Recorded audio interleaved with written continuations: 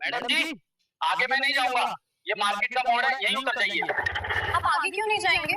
Madam, इस इलाके में पैसा वसूली बहुत होती है। मैं इधर गया तो पुलिस वाले मेरा टेम्पू कब्जा कर लेंगे।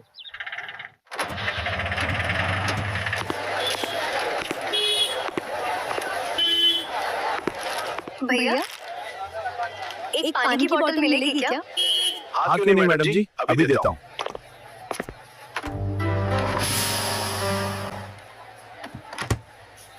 ये लीजिए मैडम, अपना पानी का बोतल।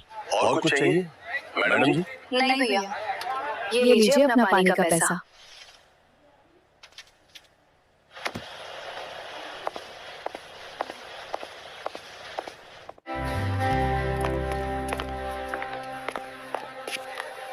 हेलो, रघुनाथ रेड्डी साहब। क्या है बे?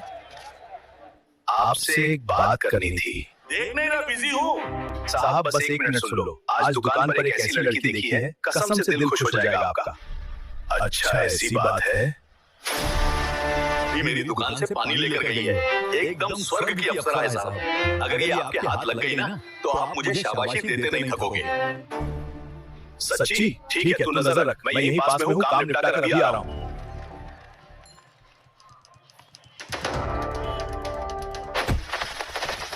अरे बुढ़िया, सुनाई नहीं देता?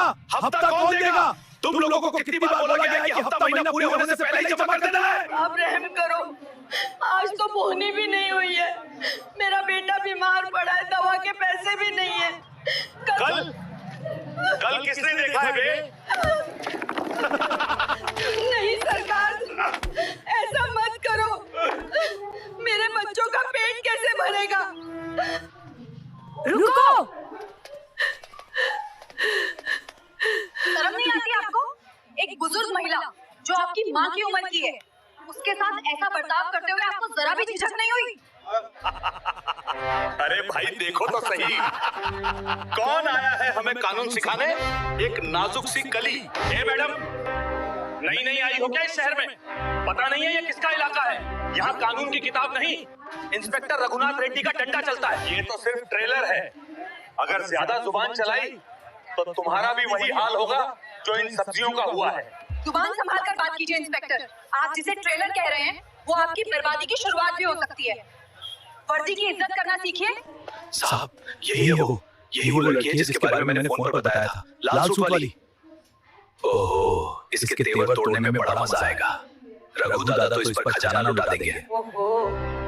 तो ये है वो शिकार जो खुद चलकर शिकारी के जाल में आया है। नल्लन बिशन बुढ़िया को छोड़ो, हमारे मेहमान का स्वागत करो। मैडम को थाने ले चलो, वहाँ आराम से बैठकर कानून पर चर्चा करेंगे। छोड़ो मुझे, तुम लोग पछताओगे। पछताएंगे तो बाद में, अभी तो जश्न मनाएंगे।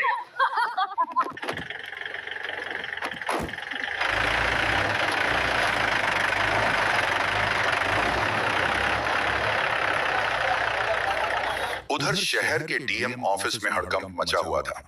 माहौल ऐसा था जैसे कोई बम फट गया हो।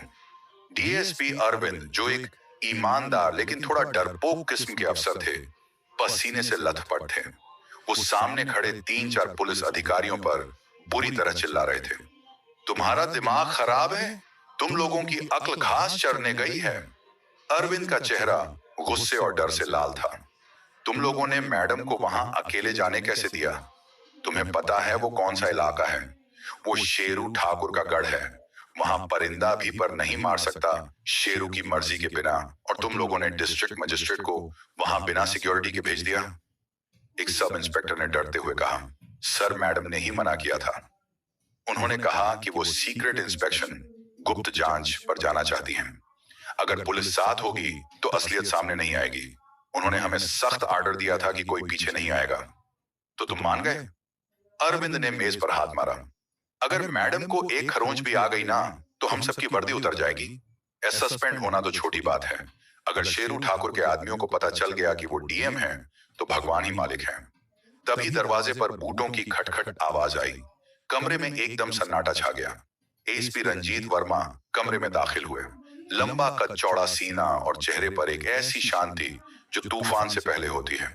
रंजीत वर्मा जिले के नए एएसपी थे और बहुत कम बोलते थे, लेकिन उनकी आंखों में एक अलग ही तेज था। सभी पुलिस वालों ने एड़ियां जोड़कर सैल्यूट मारा। जय हिंद सर। रंजीत ने डीएसपी अरविंद की घबराई हुई हालत देखी। उन्होंने शांत आवाज में पूछा, क्या हुआ अरविंद?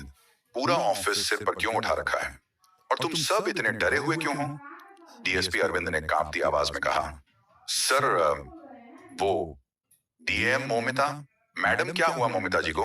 रंजीत ने पूछा। सर वो साधारण कपड़ों में एक आम लड़की बनकर शेरू ठाकुर के इलाके में गई है, वो भी बिल्कुल अकेली। अरविंद ने बताया। सर आप तो जानते हैं शेरू ठाकुर कौन है? वो आदमी प्रशासन, नेता, मंत्री सबको अपनी उंगली पर नचाता है। वहां पुलिस का नहीं, उसका राज चलता है। वहां की हवा भी उसकी मर्जी से बहती है। अगर उसने मैडम के साथ कुछ। अरविंद अपनी बात पूरी भी नहीं कर पाए, उनका गला रुंध गया। कमरे में मौजूद बाकी पुलिस वाले सिर झुकाए खड़े थे। सबको लग रहा था कि अब एसीपी साहब भी भड़केंगे, डांटेंगे या फिर तुरंत पूरी फोर्स भेजने का ऑर्डर देंगे। लेकिन तभी कुछ अजीब हुआ। एएसपी रंजीत वर्मा जोर से हंसे। हाँ हाँ हाँ, डीएसपी अरविंद और बाकी अफसर हैरान होकर एक दूसरे को देखने लगे। क्या एएसपी साहब पागल हो गए हैं? डीएम मैडम खतरे में हैं और ये हंस रहे हैं? सर, अरविंद ने झिझकते हुए पूछा, आप हंस रहे हैं? वहां मैडम की जान पर बन आई है। रंजीत वर्मा ने अपनी हंसी रोकी, लेकिन उनके चेहरे पर अभी भी एक मुस्कान थी। वो अरविंद के करीब आए और उसके कंधे पर हाथ रखा। अरविंद, रंजीत ने भारी आवाज में कहा, तुम अभी मोमिता को जानते नहीं हो? तुम शेरू ठाकुर से डर रहे हो? अरे मुझे तो डर उस शेरू ठाकुर और उसके गुंडों के लिए लग रहा है। आज यमराज शेरू के इलाके में नहीं, बल्कि शेरू के इलाके में यमराज खुद चलकर गया है। मतलब सर? मैं कुछ समझा नहीं। अरविंद कंफ्यूज थे। रंजीत वर्मा खिड़की के पास गए और बाहर देखते हुए बोले, आप सब निश्चिंत रहिए, बस तमाशा देखिए। मोमिता कोई साधारण डीएम नहीं है। वो वहां क्यों गई है और क्या करने वाली है, ये तुम लोग सोच भी नहीं सकते। बस एक काम करो, बैकअप फोर्स तैयार रखो, लेकिन तब तक मूव मत करना जब तक मेरा ऑर्डर ना आए। इतना बोलकर एएसपी रंजीत वर्मा वहां से चले गए, अपनी जीप की चाबी घुमाते हुए। उनके चेहरे पर एक रहस्यमयी कॉन्फिडेंस था। अरविंद और बाकी पुलिस वाले हक्के बक्के खड़े रह गए। आखिर एएसपी साहब को इतना भरोसा क्यों है? और उधर मोमिता के साथ क्या होने वाला है? इंस्पेक्टर रघुनाथ रेड्डी की जीप थाने के कंपाउंड में एक झटके के साथ रुकी। यह थाना कम और किसी पुराने खंडहर जैसा ज्यादा लग रहा था। दीवारों का प्लास्टर उखड़ा हुआ था और कोने कोने में पान की पीक ठोकी हुई थी। यह वही थाना था जहां फरियाद कम सुनी जाती थी और फैसले ज्यादा बेचे जाते थे। उतरो, हवलदार ने रूखेपन से मोमिता के हाथ को झटका देते हुए कहा। मोमिता चुपचाप जीप से नीचे उतरी। उन्होंने एक बार थाने की इमारत को देखा। जिस जगह को लोगों की सुरक्षा का मंदिर होना चाहिए था, आज वो शैतानों का अड्डा बना हुआ था। उनके चेहरे पर अभी भी वही मासूमियत और डर का नाटक कायम था, लेकिन उनका दिमाग कंप्यूटर की तरह चल रहा था। वो हर चेहरे, हर कोने और हर सिपाही को नोट कर रही थी। रघुनाथ रेड्डी आगे आगे चल रहा था, सीटी बजाते हुए, जैसे उसने कोई जंग जीत ली हो। वो सीधा अपने केबिन की तरफ गया और हवलदारों को इशारा किया, इसे लॉकअप में डालो और खबरदार, कोई से पानी भी नहीं पूछेगा जब तक रघु दादा नहीं आते। हवलदारों ने मोमिता को धक्का देते हुए एक अंधेरी और सीलन भरी कोठरी की तरफ धकेला। लोहे का भारी दरवाजा झरझराहट के साथ खुला और मोमिता को अंदर कर दिया गया। आराम कर ले मैडम, एक सिपाही ने गंदी हंसी हंसते हुए कहा और ताला जड़ दिया। मोमिता ने लोहे की सलाखों को मुट्ठी में भींचा। लॉकअप के अंदर अजीब सी बदबू थी। फर्श गंदा था।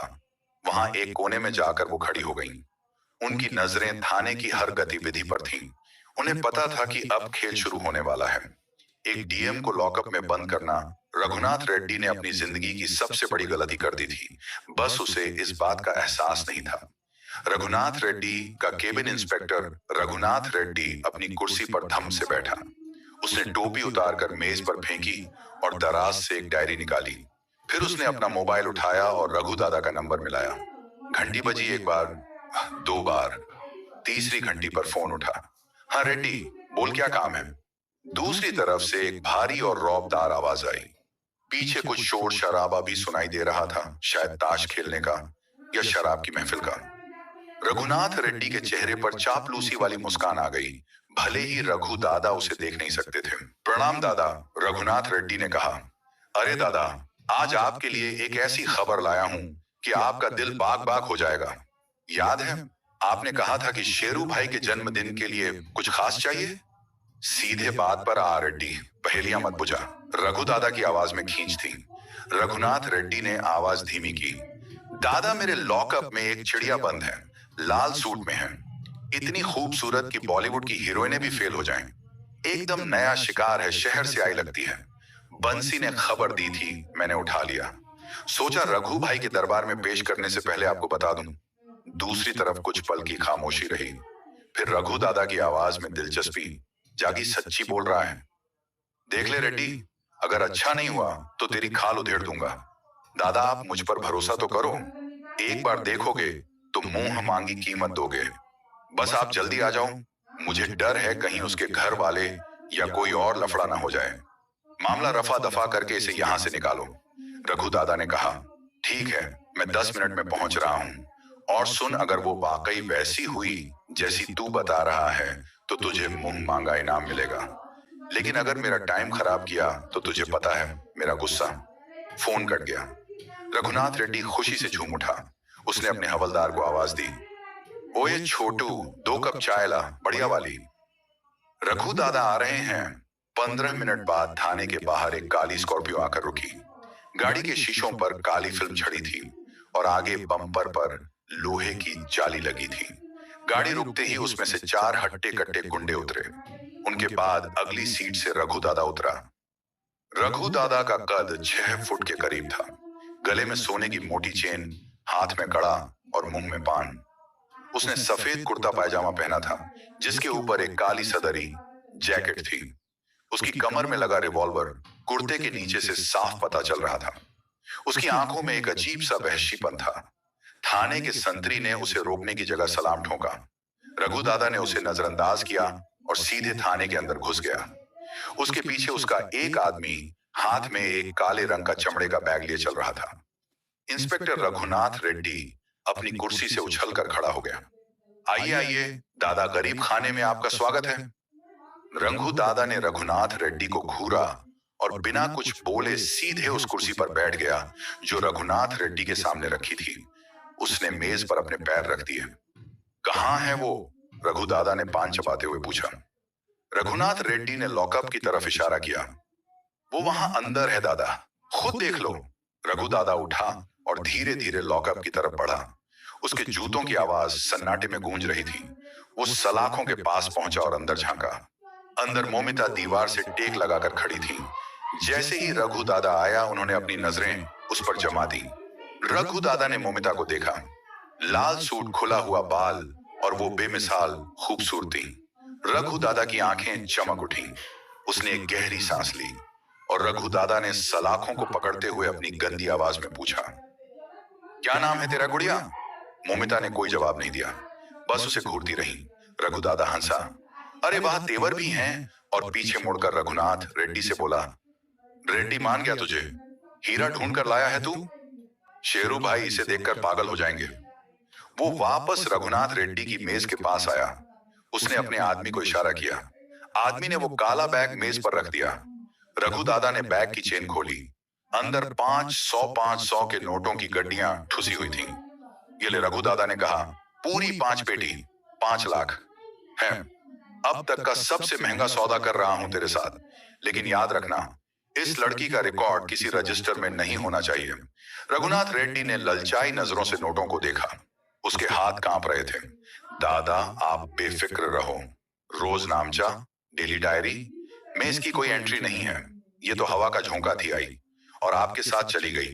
किसी को कानों कान खबर नहीं होगी। रघु दादा ने एक नोटों की गड्डी निकाली और रघुनाथ रेड्डी के मुंह पर मारी। ये ले, मिठाई खा लेना। अब चाबी दे और इसे बाहर निकाल। रघुनाथ रेड्डी ने जल्दी से चाबी का गुच्छा रघु दादा की तरफ बढ़ाया। रघु दादा ने चाबी ली और दोबारा लॉकअप की तरफ बढ़ा। उसने ताला खोला। चल मेरी जान, तेरा राजकुमार तुझे लेने आया है। उसने मोमिता की तरफ हाथ बढ़ाया। मोमिता अपनी जगह से हिली नहीं। उन्होंने पहली बार अपना मुंह खोला। उनकी आवाज में डर नहीं, बल्कि एक अजीब सी ठंडक थी। पैसे ले लिए इंस्पेक्टर साहब? मोमिता ने रघुनाथ रेड्डी की तरफ देखते हुए पूछा। मेरी कीमत सिर्फ 5 लाख लगाई? रघुनाथ रेड्डी चौंक गया। लड़की की आवाज में जो आत्मविश्वास था वो उसे खटक गया। ए चुप कर, ज्यादा जबान मत चला, चुपचाप दादा के साथ जा। मोमिता ने रघु दादा की आंखों में देखा। मुझे ले जाने से पहले सोच लो, मैं वो नहीं हूं जो तुम समझ रहे हो। अगर मैं इस थाने से बाहर निकली तो तुम लोगों की बर्बादी का सफर शुरू हो जाएगा। रघु दादा जोर से हंसा। अरे डरा रही है मुझे? रघु दादा को? अरे पगली, हम अपनी बर्बादी को भी जेब में रखकर घूमते हैं। चल अब नाटक बंद कर। रघु दादा ने आगे बढ़कर मोमिता का हाथ पकड़ लिया और उन्हें खींचते हुए लॉकअप से बाहर लाया। मोमिता ने विरोध नहीं किया। वो चाहती थी कि ये लोग उन्हें उनके असली ठिकाने यानी शेरू ठाकुर के पास ले जाएं। सबूत इकट्ठा हो चुके थे। रिश्वत लेते हुए इंस्पेक्टर, सौदा करते हुए गुंडा और बिना एंट्री के गिरफ्तारी। अब बस आखिरी कड़ी बाकी थी, शेरू ठाकुर। चलो, मोमिता ने सपाट लहजे में कहा, देखते हैं तुम्हारा शेरू ठाकुर कितना बड़ा आदमी है। रघु दादा को यह बात थोड़ी अजीब लगी कि लड़की खुद जाने को तैयार है, लेकिन उसकी खूबसूरती के नशे में उसने इस पर ज्यादा ध्यान नहीं दिया। वो मोमिता को लेकर थाने से बाहर निकला और अपनी गाड़ी की पिछली सीट पर बिठाया। उसके दोनों तरफ गुंडे बैठ गए ताकि वो भाग न सके। गाड़ी स्टार्ट हुई और थाने से बाहर निकलकर शेरू ठाकुर की घर की तरफ दौड़ पड़ी। पीछे इंस्पेक्टर रघुनाथ रेड्डी नोटों को गिनने में मस्त था। उसे नहीं पता था कि उसने अभी अभी अपनी मौत के वारंट पर साइन कर दिए हैं। और उधर डीएम ऑफिस में एसपी रंजीत वर्मा ने अपने फोन पर एक मैसेज देखा जो मोमिता के जीपीएस ट्रैकर से आया था। रंजीत वर्मा के चेहरे पर एक सख्त मुस्कान आई। उन्होंने अपना वॉकी टॉकी उठाया। अल्फा 1 ब्रेवो 2 टीम तैयार हो जाओ, लोकेशन मिल गई है, शेरू ठाकुर की हवेली। रघु दादा की स्कॉर्पियो एक आलीशान बड़े सुंदर घर के लोहे के गेट के अंदर दाखिल हुई। ये शेरू ठाकुर का किला था। ऊंची ऊंची दीवारें, हर कोने पर बंदूक लिए खड़े पहरेदार और बीच में एक बद्धा सा आंगन। गाड़ी आंगन में रोकी। रघु दादा उतरा और बद्धे गर्व से अपनी मूंछों पर ताव दिया। उसने अपने गुंडों को इशारा किया, उतारो मैडम को, जरा संभाल के, शेरू भाई का तोहफा है। मोमिता गाड़ी से नीचे उतरी। उनके चेहरे पर अब डर का नाटक नहीं था, बल्कि एक अजीब सी गंभीरता थी। वो चारों तरफ देख रही थी। ये वही जगह थी जहां से जिले का पूरा क्राइम सिंडिकेट चलता था। रघु दादा मोमिता को लेकर बर्थडे घर के बड़े हॉल में दाखिल हुआ। सामने एक बड़े से दीवान पर शेरू ठाकुर बैठा था। उम्र लगभग 45 साल, आंखों में लाल डोरे, गले में सोने की मोटी चेन और हाथ में विस्की का गिलास। उसके पैर मालिश कर रहा था एक नौकर। शेरू ठाकुर जिले का वो नाम था जिससे बच्चे भी डरते थे। भाई, रघु दादा ने जोर से आवाज लगाई, नजर आना कबूल करो। आज ऐसा तोहफा लाया हूं कि आपकी रूह खुश हो जाएगी। रघुनाथ रेड्डी से 5 पेटी में सौदा करके लाया हूं। शेरू ठाकुर ने आलस में अपनी गर्दन घुमाई। क्या लाया है बेरघु? शोर क्यों मचा रहा है? रघु दादा पीछे हटा और मोमिता सामने आ गई। जैसे ही शेरू ठाकुर की नजर उस लाल सूट वाली लड़की पर पड़ी, उसका हाथ हवा में ही रुक गया। विस्की का गिलास उसके हाथ से छूटकर फर्श पर गिरा और झनन से टूट गया। हॉल में सन्नाटा छा गया। सब हैरान थे कि शेरू भाई का गिलास कैसे गिर गया। शेरू ठाकुर की आंखें फटी की फटी रह गईं। उसका नशा 1 सेकंड में हिरण हो गया। वो दीवान से ऐसे उछला जैसे उसे करंट लग गया हो। रघु दादा हंसते हुए बोला, क्या हुआ भाई, पसंद आ गई ना? बोला था ना होश उड़ जाएंगे। लेकिन अगले ही पल जो हुआ, उसने रघु दादा और उसके गुंडों के पैरों तले जमीन खिसका दी। शेरू ठाकुर लपक कर मोमिता के पास आया और हाथ जोड़ ली। उसकी आवाज कांप रही थी। मैडम, आप? डीएम साहिबा, आप यहाँ? इस हालत में रघु दादा का मुंह खुला का खुला रह गया। उसके गुंडे एक दूसरे को देखने लगे। डीएम साहिबा, ये क्या बोल रहे हैं भाई? रघु के दिमाग में धमाका हुआ। उसने एक डीएम को किडनैप किया है? शेरू ठाकुर पसीने पसीने हो रहा था। उसे पता था कि मोमिता कुमारी कौन है। नई आई है, लेकिन उनका रिकॉर्ड बहुत खतरनाक है। मैडम, शेरू ने हाथ जोड़ते हुए गिड़गिड़ाने का नाटक किया। अरे आप यहाँ क्यों आई? एक बार खबर भिजवा दी होती, मैं खुद कलेक्ट्रेट आ जाता। मेरे आदमियों ने गलती कर दी। उन्हें पता नहीं था कि आप कौन हैं। माफ कर दीजिए। रघु दादा की हवा टाइट हो गई थी। भाई, ये डीएम है। शेरू ने रघु को एक जोरदार थप्पड़ मारा। अबे गधे, तेरी अक्ल घास चढ़ने गई है। ये जिले की नई कलेक्टर मोमिता मैडम है। तूने शेर के मुंह में हाथ डाल दिया है। मूर्ख मोमिता, जो अब तक चुप थी, अब अपने असली रूप में आ गई। उनकी आंखों में अंगारे धधक रहे थे। नाटक बंद कर शेरू मोमिता की आवाज पूरे हॉल में गूंजी। मुझे पता है तू मुझे पहचानता है, और मुझे ये भी पता है कि तू अभी डरने का नाटक कर रहा है। शेरू सीधा खड़ा हो गया। उसके चेहरे से डर का भाव धीरे धीरे गायब होने लगा और उसकी जगह वही पुरानी कमीनी मुस्कान लौटने लगी। मोमिता ने उंगली उठाते हुए कहा, तेरा खेल खत्म शेरू। तेरे इंस्पेक्टर रघुनाथ रेड्डी के सबूत मेरे पास हैं। तेरे गुंडे की रिकॉर्डिंग मेरे पास है, और अब मैं यहां तेरे सामने खड़ी हूं। भलाई इसी में है कि तू खुद को और अपने इन पालतू गुंडों को कानून के हवाले कर दे। सरेंडर कर दे, शायद सजा थोड़ी कम हो जाए। यह सुनकर हॉल में सन्नाटा छा गया। एक अकेली लड़की गुंडों के गढ़ में खड़े होकर सबसे बड़े गुंडे को सरेंडर करने की धमकी दे रही थी। अचानक शेरू ठाकुर जोर से हंसा। हाँ हाँ हाँ हाँ, उसकी हंसी डरावनी थी। वो मोमिता के करीब आया और बोला, वाह मैडम, मान गए आपकी दिलेरी को। लेकिन आपको क्या लगता है आप मुझे अरेस्ट करेंगी यहाँ मेरे घर में? अरे मैडम, यहाँ कानून नहीं, शेरू का सिक्का चलता है। उसने चारों तरफ अपने हथियारों से लैस आदमियों की तरफ इशारा किया। आप डीएम हैं तो क्या हुआ, अभी आप मेरे कब्जे में हैं। यहाँ से बिना मेरे इजाजत के बाहर नहीं जाएगी, और फाइलों में लिख दिया जाएगा कि डीएम साहिबा गायब हो गई। मोमिता डरी नहीं, वो स्थिर खड़ी रही। तू बहुत बड़ी गलती कर रहा है शेरू। गलती? शेरू हंसा। रुकिए, आपको दिखाता हूं कि मेरी पहुंच कहां तक है। आप तो सिर्फ जिले की मालिक हैं, मेरी सेटिंग तो लखनऊ और दिल्ली तक है। शेरू ने अपना महंगा फोन निकाला और एक नंबर डायल किया। उसने जानबूझकर स्पीकर ऑन कर दिया ताकि मोमिता भी सुन सके। स्क्रीन पर नाम चमक रहा था, मंत्री जी। घंटी बजी और फोन उठा। हाँ शेरू, क्या हुआ? उधर से एक भारी और रौबदार आवाज आई। ये प्रदेश के एक बहुत बड़े और पावरफुल मंत्री की आवाज थी, जो शेरू का आका था। शेरू ने अकड़ते हुए कहा, प्रणाम मंत्री जी, एक खुशखबरी है और एक छोटी सी समस्या। मैंने आज एक बहुत बड़ी मछली पकड़ी है। जिले की नई डीएम वो मोमिता कुमारी, वो मेरे कब्जे में है। बहुत उछल रही थी तो उठा लिया। अब आप बताइए, इसका क्या करना है? ट्रांसफर करवाना है या हमेशा के लिए गायब कर दें?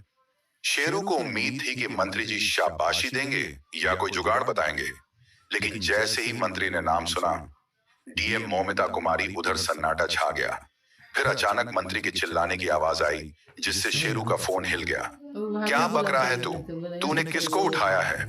मंत्री की आवाज में ऐसा खौफ था जैसे उसने मौत का नाम सुन लिया हो। मूर्ख गधे, तूने मोमिता कुमारी को हाथ लगाया? तुझे पता भी है वो कौन है?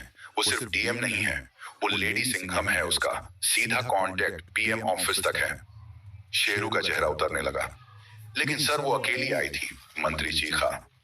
अबे चुप कर जाहिल, तुझे पता नहीं है, अगर उसे एक खरोंच भी आई तो सरकार गिर जाएगी, मेरी कुर्सी चली जाएगी। और सुन, तूने उसे उठाया नहीं है, उसने खुद तुझे फंसाया है। वो जरूर किसी प्लान के साथ आई होगी। तू खत्म है शेरू, तू खत्म है। सर तो मैं क्या करूं? शेरू के हाथ कांपने लगे। जो मर्जी कर, मुझे फोन मत कर। मेरा नाम लिया तो मुझसे बुरा कोई नहीं होगा। तूने अपनी मौत को दावत दी है। फोन काट। ढाए से फोन कट गया। हॉल में फिर से मौत जैसा सन्नाटा छा गया। शेरू ठाकुर, जो अभी शेर बन रहा था, अब भीगी बिल्ली की तरह खड़ा था। उसके हाथ से फोन फिसल कर गिर गया। रघु दादा और बाकी गुंडे दहशत में आ गए। अगर मंत्री जी इतना डर रहे हैं तो यह लड़की कोई साधारण डीएम नहीं है। मोमिता ने एक कदम आगे बढ़ाया। उनके चेहरे पर अब जीत की मुस्कान थी। सुना तूने शेरू? मोमिता ने शांत आवाज में कहा। तेरे आका ने भी हाथ खड़े कर दिए। अब तेरे पास दो ही रास्ते हैं, या तो मेरे जूतों पर गिरकर माफी मांग और हथकड़ी पहन ले, या फिर तभी बाहर से सायरन की आवाज आने लगी। एक नहीं, दो नहीं, बल्कि सैकड़ों गाड़ियों के सायरन। ऐसा लग रहा था जैसे पूरी पुलिस फोर्स ने हवेली को घेर लिया हो। आसमान में हेलीकॉप्टर की गड़गड़ाहट सुनाई देने लगी। मोमिता ने अपनी कलाई घड़ी देखी और मुस्कुराई। एएसपी रंजीत वर्मा बिल्कुल टाइम पर। शेरू ठाकुर घुटनों के बल बैठ गया। उसका साम्राज्य हिल रहा था। घर के बाहर पुलिस के सायरन की आवाज इतनी तेज थी कि शेरू ठाकुर के गुंडों के दिल की धड़कनें रुकने लगी थी। आसमान में हेलीकॉप्टर की गड़गड़ाहट ने यह साफ कर दिया था कि आज बचने का कोई रास्ता नहीं है। उसने मोमिता को ढाल बनाना चाहा, लेकिन मोमिता ने गुंडों को गिरा दिया। तभी SP Ranjit Verma police force के साथ अंदर घुस आए। गुंडे पकड़े गए भ्रष्ट इंस्पेक्टर रघुनाथ रेड्डी भी गिरफ्तार हुआ। भागते हुए शेरू को मोमिता ने रोक लिया। सामने कानून देखकर वह घुटनों पर बैठ गया। उसे हथकड़ी पहनाकर जेल भेज दिया गया। अगली सुबह जनता ने डीएम मोमिता की तारीफ की। लोगों को समझ आ गया कि डर नहीं, कानून सबसे ताकतवर है। कानून की जीत हुई की होती है। अगर आपको यह कहानी पसंद आई हो तो इसे लाइक करें और ज्यादा से ज्यादा लोगों तक शेयर करें। कमेंट करके बताएं कि आपको कौन सा कदम सबसे अच्छा लगा और हमारे चैनल को सब्सक्राइब करना ना भूलें, क्योंकि हम आपके लिए ऐसी ही प्रेरणादायक कहानियां लाते रहेंगे। तो दोस्तों, यह कहानी केवल मनोरंजन और शिक्षा के उद्देश्य से बनाई गई है। इसमें दिखाए गए सभी पात्र, घटनाएं और संवाद काल्पनिक हैं। किसी भी वास्तविक व्यक्ति, संस्था या घटना से इनका कोई संबंध नहीं है। कृपया इसे केवल कहानी के रूप में देखें और इसका आनंद लें। हम किसी की भावनाओं को ठेस पहुंचाना नहीं चाहते।